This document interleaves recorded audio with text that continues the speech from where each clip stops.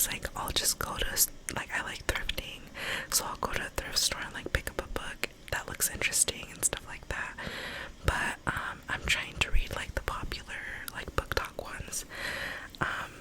So I want to get into doing that, like reading popular book talk books. I want to start annotating and just like things like that for more organized reading. So yeah, I want to start doing that. But let me know if that's something you would be interested in watching. Yeah, that's pretty much it. But to get into the book I'm going to be reading today, it's going to be on my Kindle.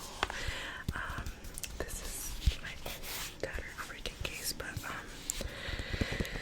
this is my little Kindle Paperwhite, and the book that I am going to be reading today is Powerless by Lauren Roberts. So like I said, I have been watching a lot of Haley Jean ASMR videos, and I've also become a patron.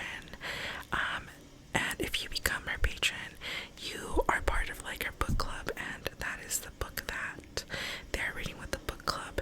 And just to give you guys a little overview of what it is, a little summary of what I've read so far. Of course, I'm still in the middle of reading it. The story follows two main characters, two different perspectives. It is Kai, who is a prince, and then it's Peyton, who is like a girl from the slums, you know, and it's a romantasy book, and think like Hunger Games. So in this world, right, there is people with powers called elites, and then people with no powers called ordinaries. But ordinaries are not allowed, and if anyone is discovered to be an ordinary, they are killed. So Peyton is an ordinary, but she's undercover. She pretends that she has psychic abilities. And Kai is a prince, like I mentioned, but he's the enforcer for his father. And he has the ability to yield anybody's power if they're a certain distance away from him. So something happens where Peyton ends up being selected for the trials, which is like the Hunger Games type of thing. And Kai is also in the trials. They start like, you know, they're starting to spark up a romance or whatever. And where I am right now in the book is this chapter is, so each chapter, like some chapters are Kai's perspective and some are Peyton's. The one I'm at right now, I'm on page 196, 39% of the way through, and this chapter is from Kai's perspective. And he has just like entered the trials, and he's in the middle of the forest and he's trying to find water. So that's where we are right now. And yeah, I'm gonna go ahead and start reading now. Almost there. The ground is covered in shadows, and I now have a rabbit that needs to be cooked, along with the stomach that needs to be fed. I'd come across a single throwing star lodged deep into the bark of a tree and used it on the unsuspecting rabbit now tied to my belt. I paused, hearing it before seeing it, gurgling glorious water. Then a small, shallow creek emerges from the trees, running water skipping over the rocks that occupy it. I hesitate, eyes scanning the seemingly peaceful place. All is clear for the time being. I creep to the edge of the creek, sinking to my knees before it and darting a look over my shoulder every few seconds, not wanting to leave my back exposed. I splash the cold water on my face, letting it drip down my skin and bare chest. The bubbling brook flows from a small pool a dozen feet away, the water clean, crisp, and cool. Man-made and fresh, the work of hydros, no doubt, allowing this small favor of fresh water. I think the plague that the water is so clean, so purified, that it saves me the trouble of having to boil it somehow. I'm scouring the area for kindling and firewood, and I nearly smack my head on something hanging from the tree above, hidden in shadows. Canteens, two of them swinging in the evening breeze. I find myself thinking the plague once again. Whittling two sticks together is about as fun as it sounds, but with years of practice and patience, I soon have a fire crackling before me. And though skinning a rabbit with the long sword is as difficult as it is damn annoying, it's soon roasting over the flames. And then a trickle of power tingles through my body, igniting my nerves and sending a familiar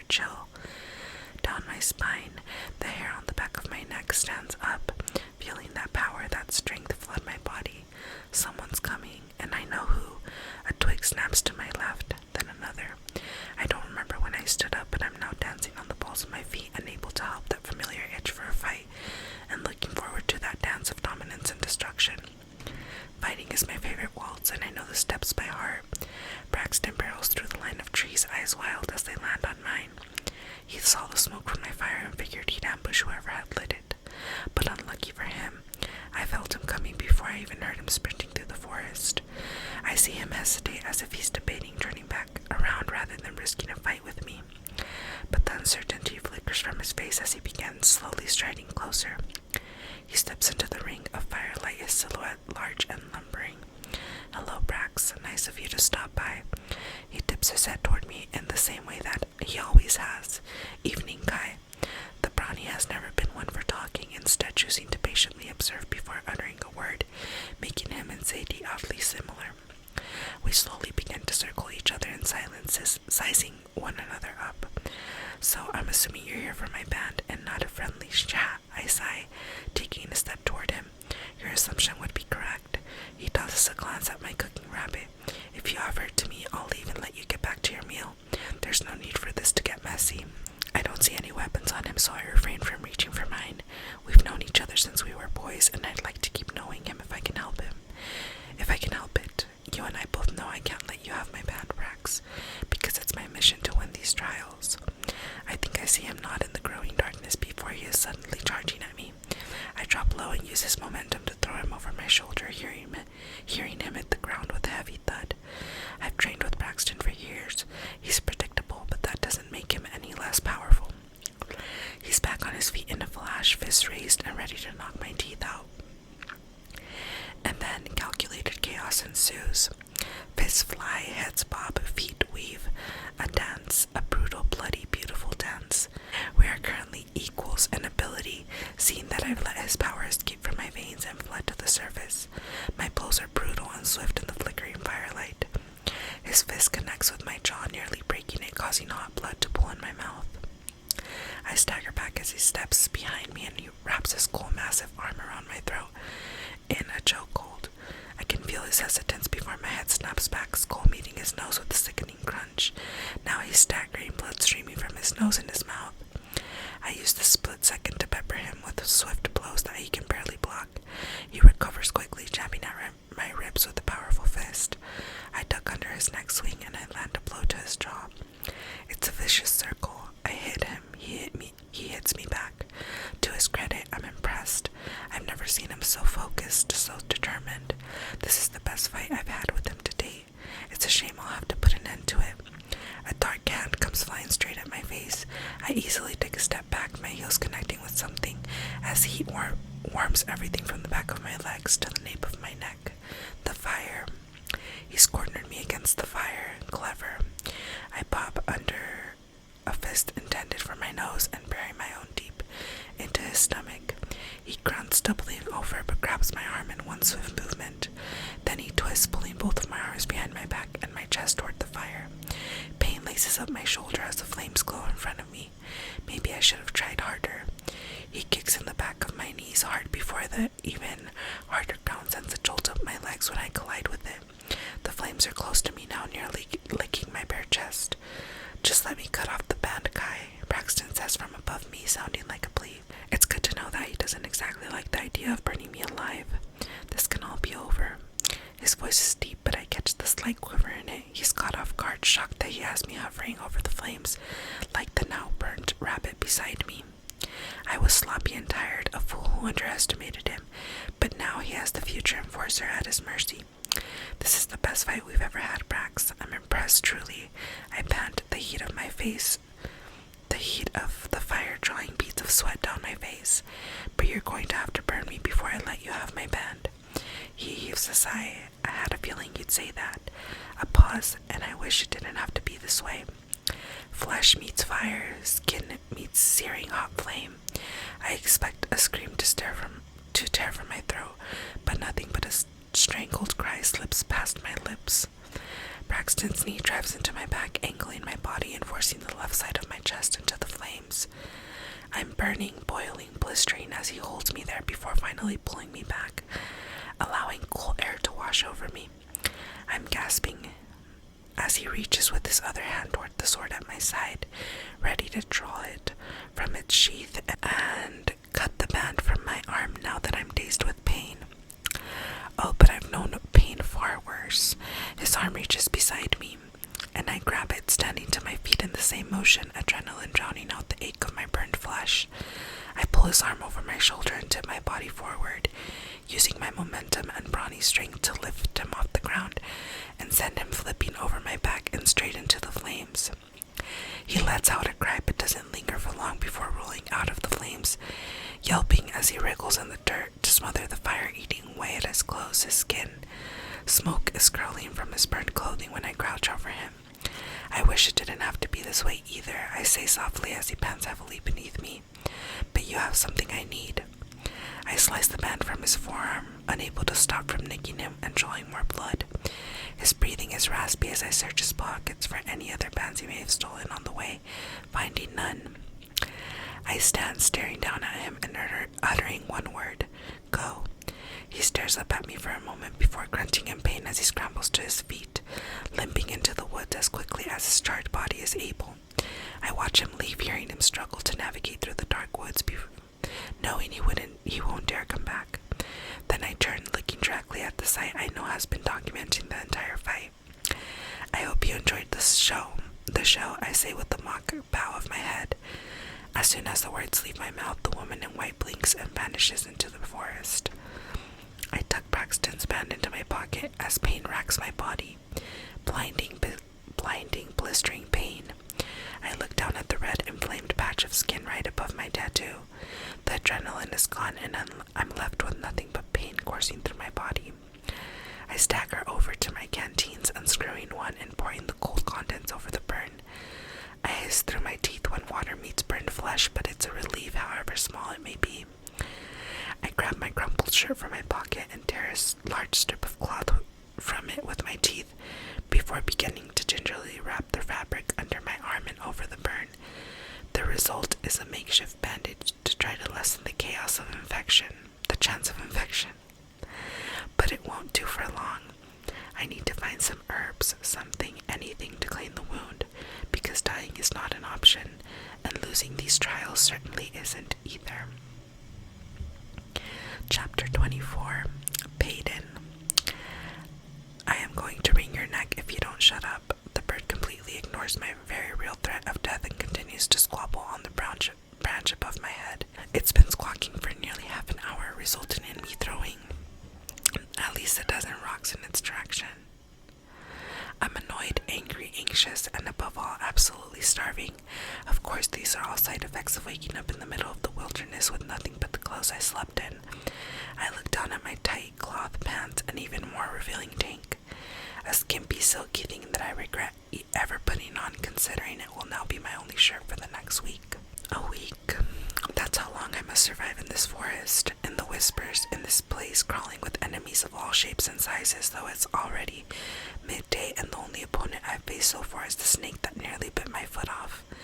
I've been trekking through the thick foliage since the moment I woke up face down in the dirt, after blinking awake to a staring woman clad in blinding white. A sight here to spy on the opponents, here to record this bloody trial, here to document what the audience is not able to witness for themselves.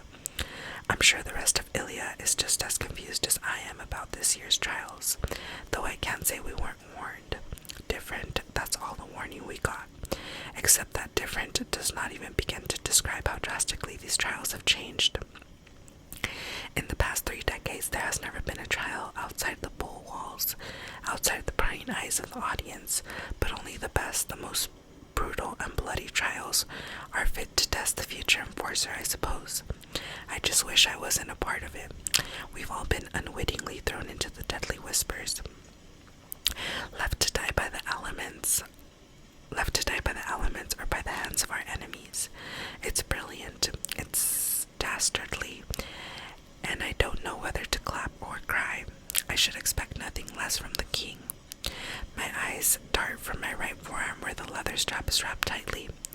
Collect from those who have been banded, and be warned if you return empty-handed. I laugh bitterly as the emptiness surrounding me I laugh bitterly to the emptiness surrounding me. They want us to fight, truly fight one another for these strips of leather. So, in an effort to stay alive long enough to find another opponent, I set out to find water. The trees here are tremendous and terrifying, towering high in the air and scraping the low clouds. It took me ages to scale one to find the closest water source, and the past several seriously boring hours have consisted of trudging toward what I'm hoping is a creek. Except now I'm sitting under a tree and arguing with a bird. I chuck another rock at it for good measure before turning my attention back to the bundle of sticks at my side. I pick up another arrowhead that I've collected along the way, one of the generous gifts left to aid us, and fasten it to one of the sticks. I've been making arrows for far too long now to accompany the bow and quiver I found conveniently resting against the trunk of a tree, as if the elites need weapons. The feathers supplied by the annoying yet useful bird above complete the arrow. I stare at my handiwork with a small smile, studying all 7 wobbly arrows now filling the quiver. Thanks to my father, this was not my first time having to craft an arrow from scratch, and my smile grows at the distant memory. I throw the quiver over my shoulder and cross the bowstring along my chest, saying my goodbyes to the bird still perched in the tree. I heave a sigh and begin once again heading toward the water I so desperately need. My feet are light and quiet as I try to cross the terrain, my eyes peeled for any animal I can devour. There, a fat rabbit hops out of the bushes a few dozen feet away, completely unaware of my ill intentions for it. I pull the bow over my head and slip an arrow from the quiver. I knock it, aim, and breathe deeply, just as my father taught me to, and then I send the arrow flying toward its mark, straight through the rabbit's eye. It's dead before it even crumbles to the ground. I snatch up the animal, wipe the arrowhead on a nearby plant I hope wasn't poisonous, and return the arrow to my quiver. Find water, start a fire, eat food, and then I'm back to walking, tripping over tree roots and stumbling over stones. Riveting. I let my thoughts run wild as I keep a steady pace through the foliage, thinking of my opponents, the ball, the callous hands on my back, and gray eyes studying my face. I huff an annoyance and kick a rock harder than I should. A string of curse words spills from my mouth, directed at the rock myself and the cocky bastard I hate for not completely hating. The sun is making its descent across the sky as I continue to trample through the greenery, swearing at the multiple spider webs I walk through, and the giant spiders that accompany them. A sight catches up to me, and I try my hardest to ignore his presence. Once he's satisfied with the footage he's collected of me stomping and huffing through the forest, he turns and disappears. Warm late afternoon sun streams through the trees, casting the forest in golden shadows. For a moment, I allow myself to take in the ominous beauty of this eerie place, and then something hits me in the face. Well, I hit something. I nearly tripped backwards, sputtering, only to find that I walked right into a large cotton shirt hanging from a low branch. I grab it, grumbling about how I don't need the king's kindnesses even as I slip on the garment. I walk and walk. I'm bored.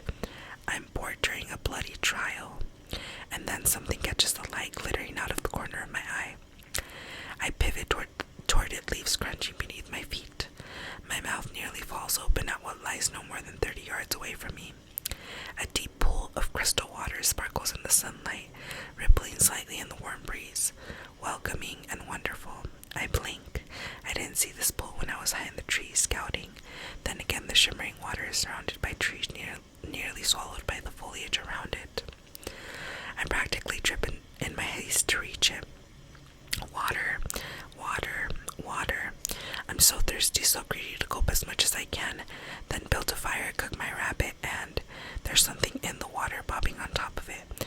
I'm much closer now, the sun not so blinding as it glints off the clear surface, and I can make out an outline on top. A human outline. I creep forward, pulling my bow from across my chest, clutching it in my fist. The figure isn't moving. The figure with dirty blonde hair plastered to his tanned forehead. The figure with the same glassy green eyes as the king, staring unseeingly up at the blue sky. A strangled scream rips from my throat, sending birds scattering out from the trees around me. Kit, he's dead. I'm gasping, stumbling to the edge of the pool. I may hate his father and the kingdom he will one day rule, but that doesn't mean I wish to see him dead. The thought startles me, considering how very much I crave the fate for the king who looks so much like him. But what if their familiar features are where the similarities between them end? What if there is hope for the prince to step out of his father's shadow, out of his footsteps, and create change in his kingdom? I force myself to meet his glossy gaze, where I now see the potential of the prince rather than the presence of his father. Those once amused green eyes will never crinkle with laughter again. Instead, they will stare up at nothing, wide, dull, and leeched of life. That crooked grin will never again grace his lips. Instead, his mouth is pressed into a thin line, blue, kissed by the chill of death. I jump into the pool, wanting to pull him from this watery death. Instead, my feet are met with solid ground. My bones sing with the impact, feeling as though they will crack open with the force. I blink away the pain, though it does nothing to clear my confusion. There is suddenly no pool under my feet, no kit floating dead on its surface. I look at the dirt beneath me in disbelief, trying to puzzle out what is going on. Help me. I knock an arrow and draw my bow before I've even turned to face the owner of that broken little voice. I choke on my gasp. It's me. Deep blue eyes bore into mine, sad, starved eyes. Long silver hair, tangled and matted, hangs from the little girl's head. I am small, so small, weak and weary and wide-eyed as she stares up at me. She stretches a bony finger toward me. Please, she whispers, whimpers. I stumble back at the sound of my broken voice nearly losing my footing, and then she takes a shaky step closer. This isn't real. I turn, ready to run from this nightmare, only to nearly run into another little maiden, her cheeks sunken and eyes hollow. I'm delusional, dehydrated. I bite my tongue to keep from screaming as I turn to my right, finding another starved version of myself staring back at me.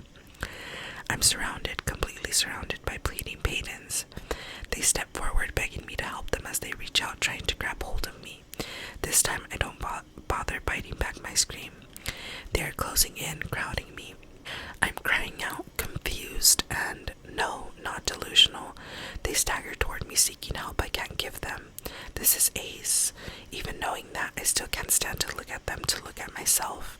I can't stand to hear them begging for help as I do nothing. This was me. I was the starved and sad girl once, because when my father died, so did a piece of myself. This isn't real. This isn't real. This isn't real. I cry out, dropping to my knees and clutching my head in frustration. I know it's you, Ace, I shout through clenched teeth. I hear haughty laughter grow louder as he makes his way toward me.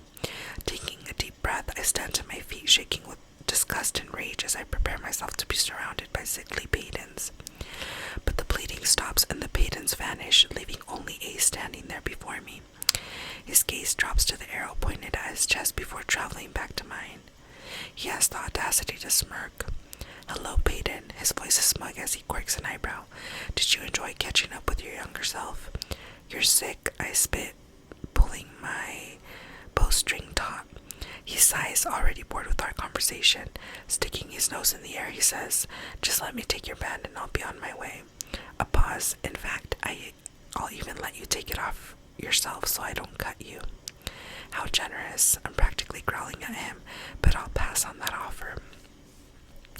My teeth are bared, and I'm a flinch away from sending an arrow flying toward that